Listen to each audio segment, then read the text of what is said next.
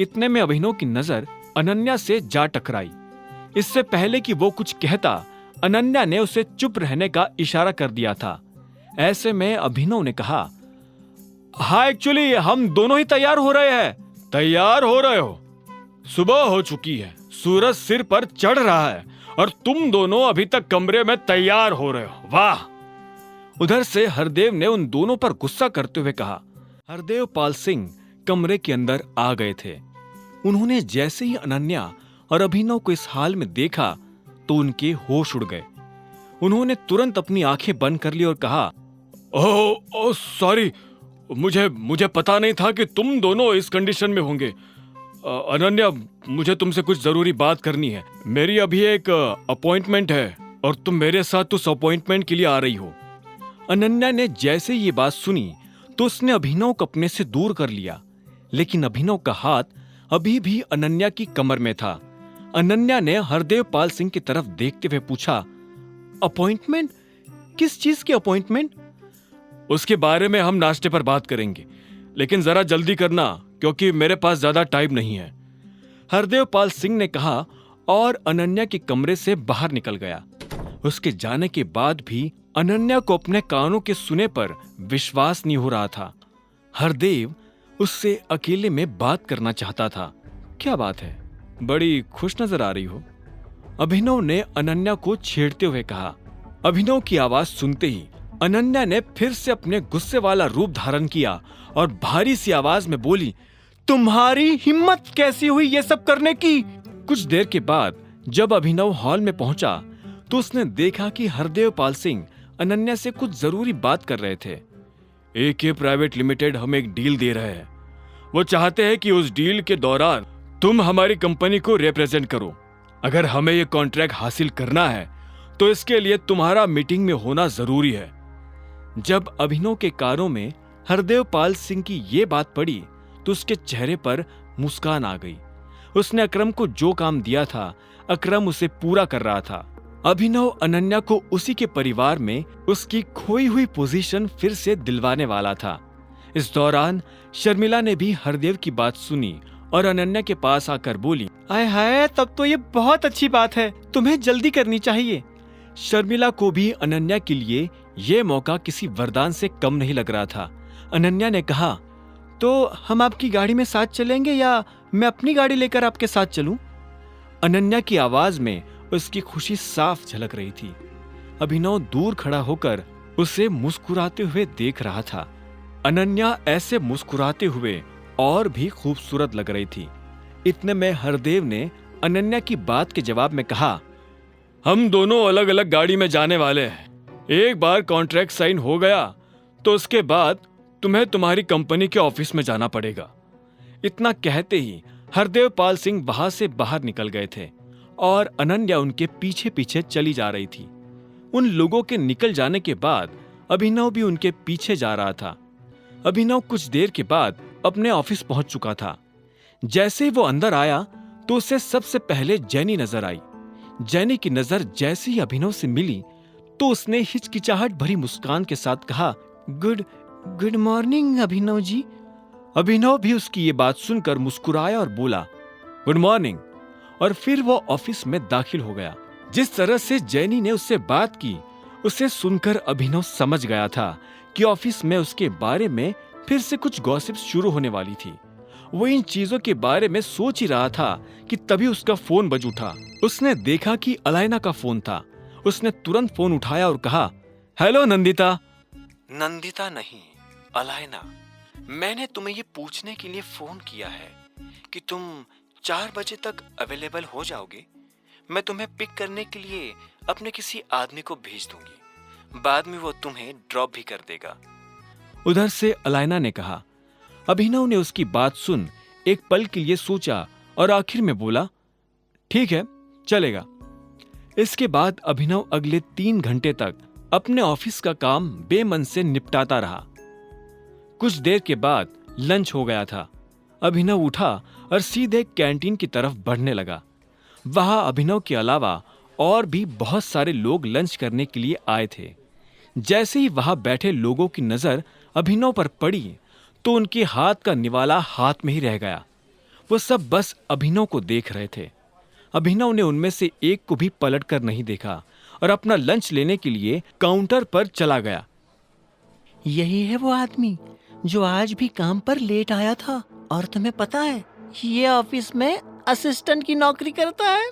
ये तो जेनी ने इस बारे में अकरम सर को कुछ नहीं बताया, वरना इस आदमी की जॉब चली जाती। अभिनव ने उसे फिर से कोई जवाब नहीं दिया। वो मन ही मन हंस रहा था। उसने बस अपना खाना लिया और टेबल पर जाकर बैठ गया। वो किसी से बात नहीं करना चाहता था, लेकिन एक आदमी जो उससे थोड़ी दूरी पर बैठा था, उसने कहा, मुझे तो विश्वास नहीं हो रहा यार कि जेनी ने ऐसा कुछ नहीं किया। जब मैं 2 मिनट लेट हुआ था तो जेनी ने मुझे सीधा फायर करने की धमकी दी थी, लेकिन ये आदमी पूरे 2 घंटे लेट आया और जेनी ने इसे कुछ नहीं कहा। हो सकता है कि इसके मैनेजर को इस बारे में अभी तक कुछ पता नहीं चला है, लेकिन ये बात मैनेजर से ज्यादा टाइम तक छुपी नहीं रहने वाली है। आज नहीं तो कल वो इस लड़के के खिलाफ एक्शन जरूर लेगा, एक दूसरे लड़के ने कहा। तभी अभिनव से एक लड़की ने पूछा, तुम यहाँ पर ऑफिस असिस्टेंट का काम करते हो? अभिनव इस आवाज को सुनते ही पहचान गया था कि ये किसकी आवाज है। ये उसके कॉलेज की साथी कामिनी की आवाज थी। कामिनी भी यही नौकरी करती थी।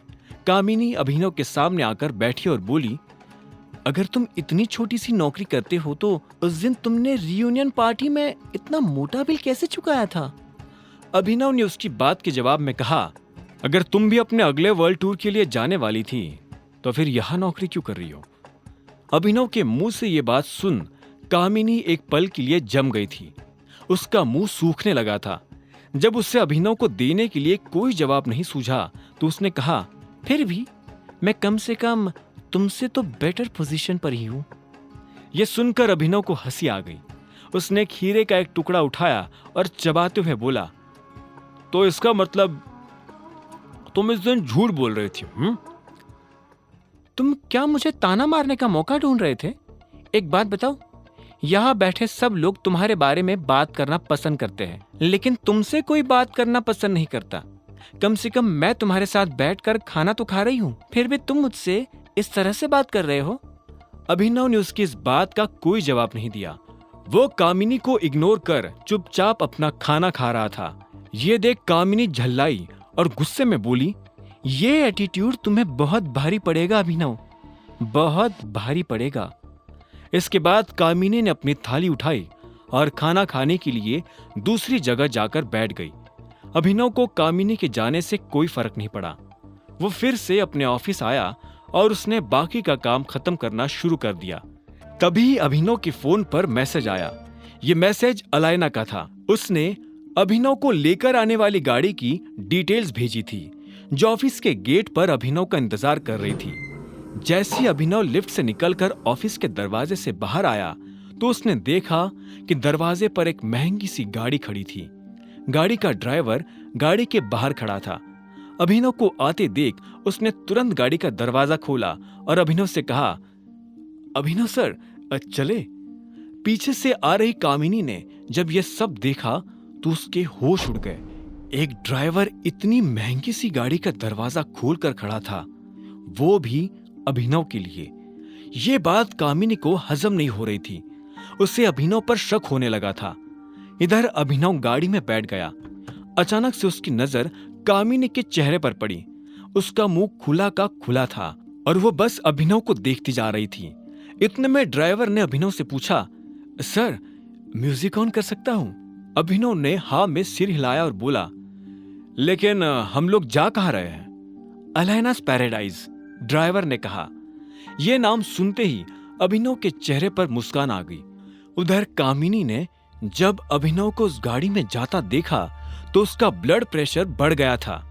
अब आगे क्या होने वाला था? ड्राइवर के मुंह से अलायना के घर का नाम सुनकर अभिनव हैरान हो गया था। उसे अलायना के घर पहुंचने से पहले ही यह एहसास होना शुरू हो गया था कि वो सच में किसी पैराडाइज में दाखिल होने वाला है। कुछ देर के बाद जब अभिनव की गाड़ी अलायना के घर के आसपास के हिस्से में दाखिल हुई तो अभिनव की नजर सड़क के दाएं बाएं बनी उन ऊंची इमारतों पर पड़ी। कुछ देर चलने के बाद अभिनव एक बड़ी सी बिल्डिंग को अपनी आंखों से देख रहा था। वो किसी का घर था। अनन्या सिंह का घर, उसके आगे झोपड़ी भी नहीं था। अभिनव ने देखा कि उस घर पर अलायनास पैराडाइज लिखा हुआ था। अभिनव समझ गया था कि अलायना कितनी अमीर थी। साथ ही उसके मन में रह रहकर यह भी ख्याल आ रहा था कि अगर अलायना इतनी अमीर है तो वो खुद कितना अमीर होगा। अभिनव से अब रहा नहीं जा रहा था और वो बेसब्री से इस सवाल का जवाब जान लेना चाहता था। क्या हम अंदर चल सकते हैं मिस्टर गेडवाल? तभी ड्राइवर ने अभिनव से बहुत प्यार से पूछा। अभिनव ने जितना सोचा नहीं था, ड्राइवर उसे उससे ज्यादा इज्जत दे रहा था। अभिनव ने हाँ में सिर हिलाया और ड्राइवर उसे अपने साथ अंदर की तरफ ले जाने लगा। जैसे ही वो अंदर आया तो उसकी नजर अलायना से मिली। अलायना सोफा पर बैठी हुई थी और उसके हाथ में वाइन का ग्लास था। अलायना के चेहरे पर चमकदार मुस्कान थी और जैसी उसकी नजर अभिनव से मिली तो उसकी मुस्कान में और ज्यादा चमक आ गई थी। उसने अभिनव से पूछा, अभिनव, तुम मेरे साथ मजाक तो नहीं कर रहे? अलायना की आवाज में तंज छुपा हुआ था। इससे पहले कि अभिनव उसकी बात का कोई जवाब देता, अलायना अपनी जगह से उठी और उसने टेबल पर रखा दूसरा वाइन का ग्लास उठा लिया। वो धीरे धीरे अभिनव की तरफ बढ़ती जा रही थी। उसने अभिनव की तरफ दूसरा ग्लास बढ़ाते हुए पूछा, सारी दुनिया में तुम्हें शादी करने के लिए अनन्या सिंह ही मिली थी? ये सवाल सुनकर अभिनव हैरान हो गया। उसने एक पल के लिए अलायना की आंखों में देखा और बोला, तुम्हें ऐसा क्यों लगता है? तुम टाइगर हो और अनन्या सिंह का स्टेटस तुम्हारे स्टेटस से दूर दूर तक मैच नहीं करता है। कोई टाइगर किसी बकरी से शादी कैसे कर सकता है? मुझे नहीं लगता कि तुम्हें इस बात से कोई फर्क पड़ना चाहिए नंदिता कि मैंने किससे शादी की है। तुम इस मामले में अपनी राय मुझे ना दो तो ही अच्छा है। इतना कहते ही अभिनव ने अलायना की आंखों में देखा और वाइन का ग्लास अपने होठों से लगा लिया। अलायना तब तक अपनी जगह पर बैठ चुकी थी। उसने भी अभिनव की आंखों में देखा और बोली, सच में तुम मुझसे यह सब छुपाने की कोशिश कर रहे हो? तुम्हें क्या लगता है कि मुझे पता नहीं चलेगा? क्या यही कि तुम दुनिया के सामने सिंह परिवार का नाकारा दामाद बनकर घूमना चाहते हो? अब अगर टाइगर किसी कछुए की खाल में दिखेगा तो जंगल में कौन उस पर शक करेगा? अभिनव भी उसे देख मुस्कुराया और बोला, इंप्रेसिव। इसके बाद वो खुद अलायना की तरफ बढ़ने लगा। वो अलायना के पास जाकर बैठा और उसकी आंखों में देखते हुए बोला, मैंने सोचा नहीं था कि तुम इस वाइन से भी ज्यादा स्ट्रांग होगी। अलायना ने मुस्कुराते हुए हाँ में सिर हिलाया और बोली, जब मैं छोटी थी तब मेरी माँ ने मुझे इस माफिया ग्रुप के बारे में बताया था। उन्होंने मुझे बताया था कि तुम्हारे पिता को किसी ने मार दिया है और तुम भी गायब हो गए हो। उन्हें मेरे लिए काफी डर लग रहा था। उन्हें लग रहा था कि कहीं कोई मेरे साथ भी ऐसा कुछ। अलायना इससे आगे कुछ कह नहीं पाई। उसकी बात सुनकर अभिनव को ऐसा लगा जैसे किसी ने उसके दिल में छुरा घोंप दिया हो। वो अलायना की आंखों में देख रहा था। वो देख पा रहा था कि अलायना को इस बात का कोई अंदाजा नहीं है कि अभिनव के पिता को किसने मारा था। इतने में अलायना ने पूछा, एक बात मुझे सच सच बताओ अभिनव, तुम अनन्या सिंह के साथ क्यों हो? क्या तुम उससे प्यार करते हो? अभिनव ने इस सवाल के जवाब में पहले अपना ग्लास ध्यान से टेबल पर रखा और फिर कहा, मुझे नहीं लगता कि आज के बाद हमें इस तरह से मिलना चाहिए। यह हम दोनों को जोखिम में डाल सकता है। रहा सवाल अनन्या के साथ रहने का, तो इसका जवाब तुम खुद दे चुकी हो। मुझे अनन्या से प्यार है या नहीं, इस बात का मैं यही जवाब देना चाहूंगा कि मेरी जिंदगी से प्यार शब्द कब का गायब हो चुका है। अब मेरा ध्यान सिर्फ अपने मकसद पर है। मेरे पिता को जिसने मारा है, मैं उससे बदला लेना चाहता हूं। अपने पिता के खड़े किए इस एम्पायर को मैं और बड़ा और मजबूत बनाना चाहता हूं। इस सब के बीच मेरे पास किसी से प्यार करने की फुर्सत नहीं है। मैं बस मोंटी के लौटने का इंतजार कर रहा हूं। जब तक वो वापस नहीं आ जाता, तब तक मेरे लिए सिंह परिवार का नाकारा दामाद बने रहने में ही भलाई है। लोगों की नजर में कछुआ दिखने में ही इस टाइगर की भलाई है। मैं इस वक्त किसी को नहीं बता सकता कि मैं कौन हूं। अभिनव की बात सुनकर अलायना की नजरें अभिनव की नजरों में गड़ी की गड़ी रह गई। कुछ देर तक दोनों ने एक दूसरे से कुछ नहीं कहा। आखिर में अलायना ने एक गहरी सांस ली और बोली, प्यार किसी की जिंदगी से गायब नहीं हो सकता अभिनव। आप प्यार से भाग सकते हो, लेकिन वो आपको हमेशा पकड़ ही लेता है। मैं फिर से वही सवाल पूछूंगी, क्या तुम अनन्या सिंह से प्यार करते हो?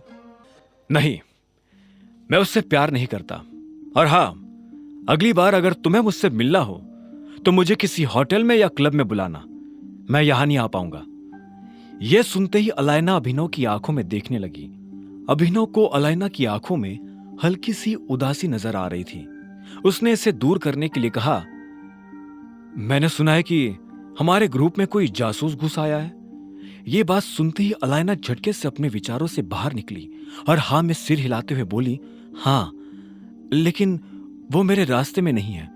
मेरे पास जासूसों और गद्दारों के लिए कोई जगह नहीं है। उनकी खबर मिलते ही मैं उन्हें मार गिराती हूँ। अभिनव उसकी बात सुनते हुए मुस्कुराया और बोला, सुनकर बहुत अच्छा लगा। मैंने सुना है कि मोंटी इस महीने आने वाला है। क्या तुम उसके आने तक का इंतजार करोगे? अभिनव ने अलायना के सवाल के जवाब में हाँ में सिर हिलाते हुए कहा, हाँ, मैं इंतजार करूंगा और इसलिए मुझे सिंह परिवार का दामाद बने रहने की बहुत जरूरत है। यह मैं अपने लिए नहीं कर रहा हूं, यह मैं अपने लोगों के लिए कर रहा हूं।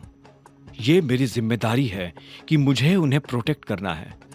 अगर मोंटी आज भी आ जाता है तो भी मुझे कोई फर्क नहीं पड़ता। मैं तब तक अपनी पहचान लोगों के सामने नहीं लाऊंगा जब तक कि वो जासूस हमारे सामने नहीं आ जाता। जिस तरह से मेरे पापा की मौत हुई थी, मैं उस तरह से नहीं मरना चाहता।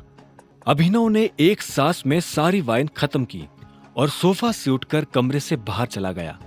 अलायना बस उसे जाते हुए देख रही थी। अभिनव जब अनन्या के घर पहुंचा तो उसे आने में काफी देर हो गई थी। रात हो चुकी थी और अलायना के घर कुछ भी ना खाने की वजह से उसे काफी भूख लग रही थी। उसने घर में आते ही मेड को आवाज दी, लेकिन एक भी मेड उसकी बात का जवाब नहीं दे रही थी। अब क्या करूं? हाँ, एक काम करता हूं, खुद के लिए कुछ बना लेता हूं। अभिनव ने अपने आप से कहा और खुद ही रसोई में चला गया। वो अपने लिए पराठे बनाने वाला था। उसने रसोई में आकर अलमारी खोलकर आटा ढूंढना शुरू कर दिया था। उसे आटे का डिब्बा मिला तो उसने डिब्बे को प्लेटफॉर्म पर रखा और आटा गूंथने के लिए थाली ढूंढने लगा। वो इस बात से अनजान था कि जब वो ये सब कर रहा था तब वहां काफी शोर हो रहा था। अचानक से उसे किसी के पैरों की आवाज सुनाई दी। जैसे ही अभिनव ने पलटकर देखा तो पाया कि शर्मिला उसके सामने खड़ी थी। तुम मेरी रसोई में क्या करने की कोशिश कर रहे हो? शर्मिला ने तीखी और कड़क आवाज में पूछा। अभिनव ने उसे देखा और एक गहरी सांस लेते हुए बोला, भूख लगी है, पराठे बना रहा हूं। कोई जरूरत नहीं है। तुम्हें भूख लगी है ना, तो भूख लगी रहने दो। तुम्हें कुछ भी बनाने की जरूरत नहीं है, क्योंकि मैं तुम्हें कुछ नहीं बनाने दूंगी। ये मेरी रसोई है। अब मेहरबानी करके यहाँ से बाहर निकलोगे? लेकिन मुझे सच में भूख लगी है। अगर तुम अपने आप से यहाँ से बाहर नहीं निकले तो मुझे मजबूरन गार्ड्स को बुलाना पड़ेगा। वो तुम्हें धक्के मारकर यहाँ से बाहर निकालेंगे, शर्मिला ने हल्की सी ऊंची आवाज में कहा। अभिनव ने पहले आटे के खुले डिब्बे को देखा और फिर से गहरी सांस लेकर रसोई से बाहर निकलने लगा। इससे पहले कि वो बाहर निकल पाता, पीछे से शर्मिला ने फिर से चिल्लाते हुए कहा, मैंने तुम्हें जो कहा था उसे भूलने की गलती भी मत करना। तुम मेरे दामाद नहीं हो, मतलब नहीं हो, मतलब नहीं हो। मेरा दामाद सिर्फ चिराग है, चिराग, और वो बहुत जल्दी तुम्हें यहाँ से भगाकर तुम्हारी जगह पर आकर बैठ जाएगा। अगर तुम्हें लगता है कि तुम इस घर का या इस परिवार का हिस्सा हो तो इस गलतफहमी को जितनी जल्दी हो सकी उतनी जल्दी अपने दिमाग से निकाल देना। अभिनव को शर्मिला के मुंह से ऐसी कड़वी बातें सुनने की आदत हो गई थी, इसलिए उसने कुछ नहीं कहा। वो बस अनन्या के कमरे के दरवाजे के बाहर आकर खड़ा हो गया था। अंदर से अनन्या के जोर जोर से हंसने की आवाजें आ रही थी। अभिनव ने जब अनन्या के हंसने की आवाज सुनी तो उसने धीरे से कमरे का दरवाजा खोल दिया और धीरे से कमरे के अंदर चला आया। तब उसने देखा कि अनन्या किसी से फोन पर बात कर रही थी। अनन्या ने कहा, नहीं, मैं पूरी तरह से श्योर नहीं हूँ कि वो मेरे बर्थडे पर इस चीज का अनाउंसमेंट कर देंगे। हाँ हाँ, अरे मैं बता तो रही हूँ कि कॉन्ट्रैक्ट फाइनल हो गया है। और सच में मैंने जो इसे फाइनल करवाने में एफर्ट्स डाले थे, दादाजी ने उसे एक्नॉलेज किया है। इतना कहते ही अनन्या और जोर से हंसने लगी थी। इधर अभिनव को और ज्यादा भूख लगने लगी थी। वो जल्दबाजी में अलाइना के घर से उठकर तो आ गया था, लेकिन अब उसे इस बात का पछतावा हो रहा था कि उसने वहां कुछ खाया क्यों नहीं। लेकिन अब कुछ नहीं हो सकता था। वो धीरे से अनन्या के बिस्तर की दूसरी तरफ आकर बैठा और कंबल ओढ़कर लेट गया। तब तक अनन्या की नजर अभिनव पर पड़ चुकी थी। उसने फोन पर कहा, चल चाहत, मैं तुझसे बाद में बात करती हूँ, अभिनव आ गया है। और इतना कहते ही वो अभिनव की तरफ पलट गई। जैसे उसकी नजर अभिनव से मिली तो उसकी आंखों की चमक गुस्से में बदल गई और उसने कहा, तुम्हारी हिम्मत कैसे हुई मेरे पलंग पर आकर लेटने की? प्लीज, मैं आज इस मसले पर कोई बहस नहीं करना चाहता हूँ। मुझे बहुत भूख लगी है। मैं इधर कोने में दुबक कर सो जाऊंगा। प्रॉमिस करता हूँ, मैं तुम्हें टच भी नहीं करूंगा, ठीक है? अभिनव की चिढ़ उसकी आंखों में साफ नजर आ रही थी। अनन्या ने उसे एक सेकंड के लिए देखा और बोली, तुम भूखे हो? क्यों? घर आने से पहले तुम कुछ खाकर नहीं आए थे? अभिनव ने ना में सिर हिला दिया। अनन्या ने गहरी सांस ली और बोली, ओ हाँ, तुम कहाँ से खाओगे? तुम्हें तो अकरम सर ने जो एडवांस दिया था उसे तुमने सूट खरीदने में उड़ा दिया था। खाने से ज्यादा तुम्हारे लिए छा जाना जरूरी था, है ना?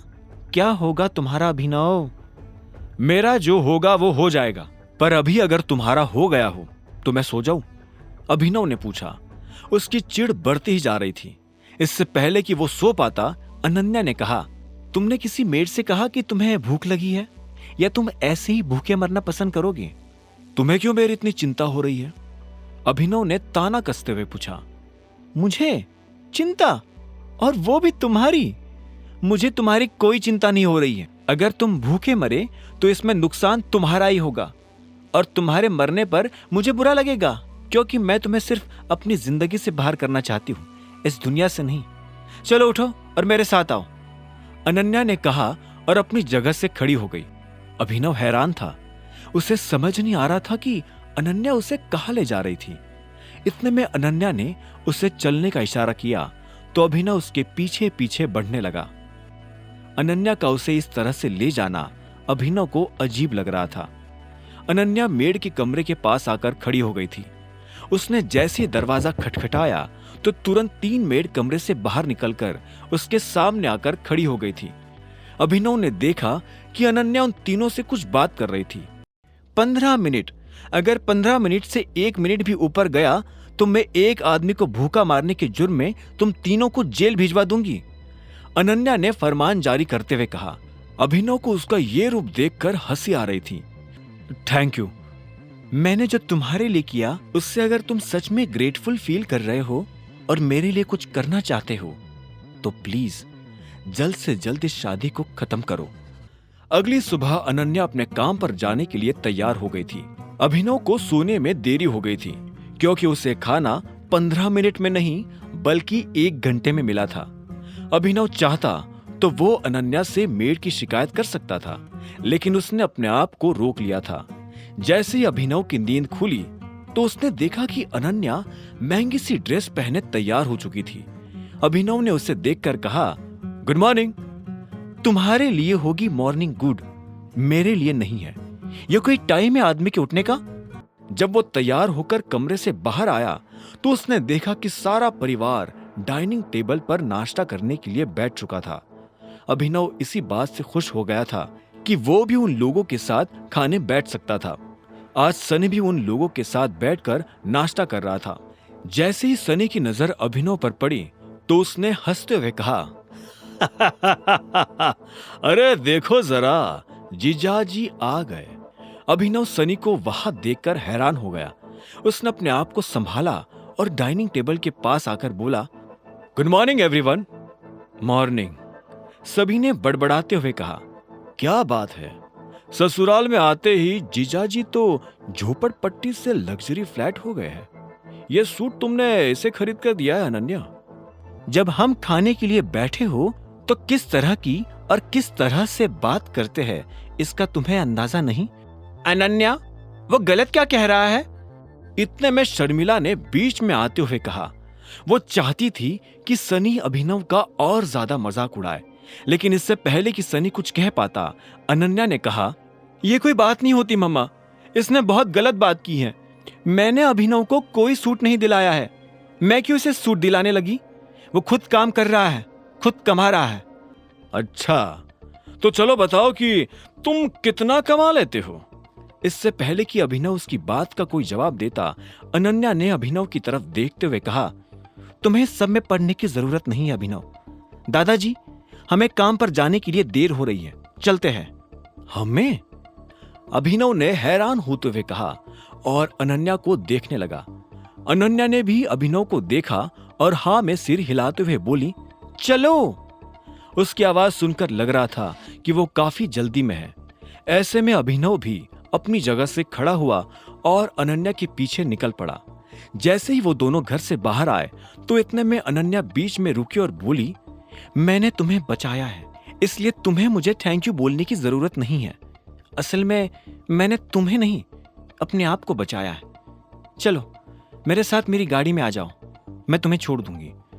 लेकिन अगर तुम मुझे ऑफिस तक छोड़ने जाओगी तो तुम्हें मुझे शाम को लेने भी आना पड़ेगा।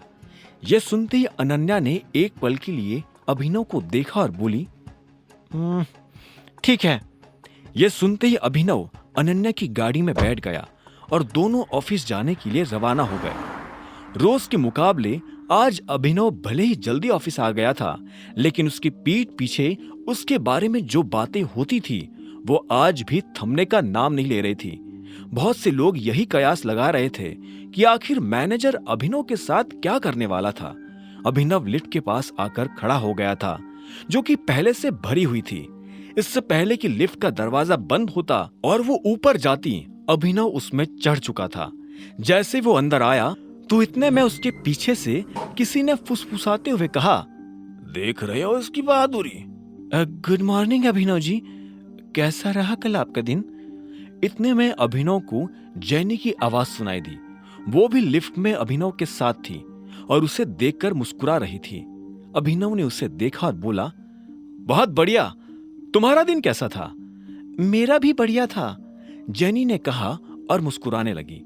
कुछ देर के बाद लिफ्ट का दरवाजा खुला और अभिनव लिफ्ट से बाहर निकलकर अपने कैबिन की तरफ बढ़ने लगा। इससे पहले कि वो अपनी कुर्सी पर जाकर बैठ पाता, उसका फोन बजने लगा था। उसे समझ नहीं आ रहा था कि इतने सुबह सुबह उसे कौन फोन कर रहा था। उसने फोन उठाया और बोला, हेलो, गुड मॉर्निंग, मैं एके प्राइवेट लिमिटेड का मैनेजर बात कर रहा हूँ, अभी के अभी मेरे ऑफिस में आ जाओ। उधर से एक आदमी ने भारी सी आवाज में कहा और बिना अभिनव का जवाब सुने फोन काट दिया। अभिनव ने भी फोन रखा और उठकर मैनेजर के कैबिन की तरफ बढ़ने लगा। वो मैनेजर के कैबिन के बाहर पहुंचा और दरवाजा धीरे से खटखटा दिया। दरवाजा खटखटाने के बाद उसने कहा, हेलो, मैं अभिनव गढ़वाल। और मैं इससे पहले कि वो अपनी बात पूरी कर पाता, उधर से एक लड़की ने कहा, जो कहना है अंदर आकर कहो। अभिनव जब अंदर आया तो उसने देखा कि वहां एक लड़की खड़ी थी और वो और कोई नहीं बल्कि कामिनी थी। गुड मॉर्निंग, अभिनव ने मैनेजर से बहुत शालीनता के साथ कहा। मैनेजर ने उसे एक पल के लिए घूरते हुए देखा और आखिर में बोला, मुझे ये सब फॉर्मेलिटीज पसंद नहीं है, सीधा पॉइंट पर आता हूं। तुम्हें क्या लग रहा है हमने ये कंपनी मजाक करने के लिए खोली हुई है? मैं समझा नहीं, अभिनव ने अपनी पलक झपकाते हुए कहा। मैनेजर ने फिर से अभिनव को एक पल के लिए घूरा और बोला, अच्छा, मैं अभी समझाता हूं। इतना कहते ही उसने अपनी टेबल के ड्रॉअर में हाथ डाला और उसमें से एक एनवलप बाहर निकालकर अभिनव की तरफ बढ़ा दिया। अभिनव ने एनवलप हाथ में लिया और उसे खोलकर देखने लगा। उसने देखा कि उसमें एक लेटर था। अभिनव ने उस लेटर को पढ़ा और हैरान होकर मैनेजर की तरफ देखते हुए बोला, आप मुझे नौकरी से निकाल रहे हैं? यह सुनते ही मैनेजर के चेहरे पर मुस्कान आ गई और वो बोला, क्या बात है, मुझे तो लगा था तुम्हें पढ़ना भी नहीं आता होगा, लेकिन अच्छा है कि तुमने ये सब खुद ही पढ़ लिया। मैं अपने मुंह से नहीं कहना चाहता था, लेकिन तुम्हारी मनमानी हद से ज्यादा बढ़ गई थी, इसलिए मुझे तुम्हें निकालना पड़ रहा है। तुमने इसके बारे में अकरम को बताया? अभिनव ने कहा। आगे की कहानी जानने के लिए देखें अगला एपिसोड सिर्फ पॉकेट एफएम के यूट्यूब चैनल पर, और द रिटर्न ऑफ टाइगर के सारे एपिसोड्स को सुनने के लिए डिस्क्रिप्शन में दी लिंक से डाउनलोड करें पॉकेट एफएम ऐप।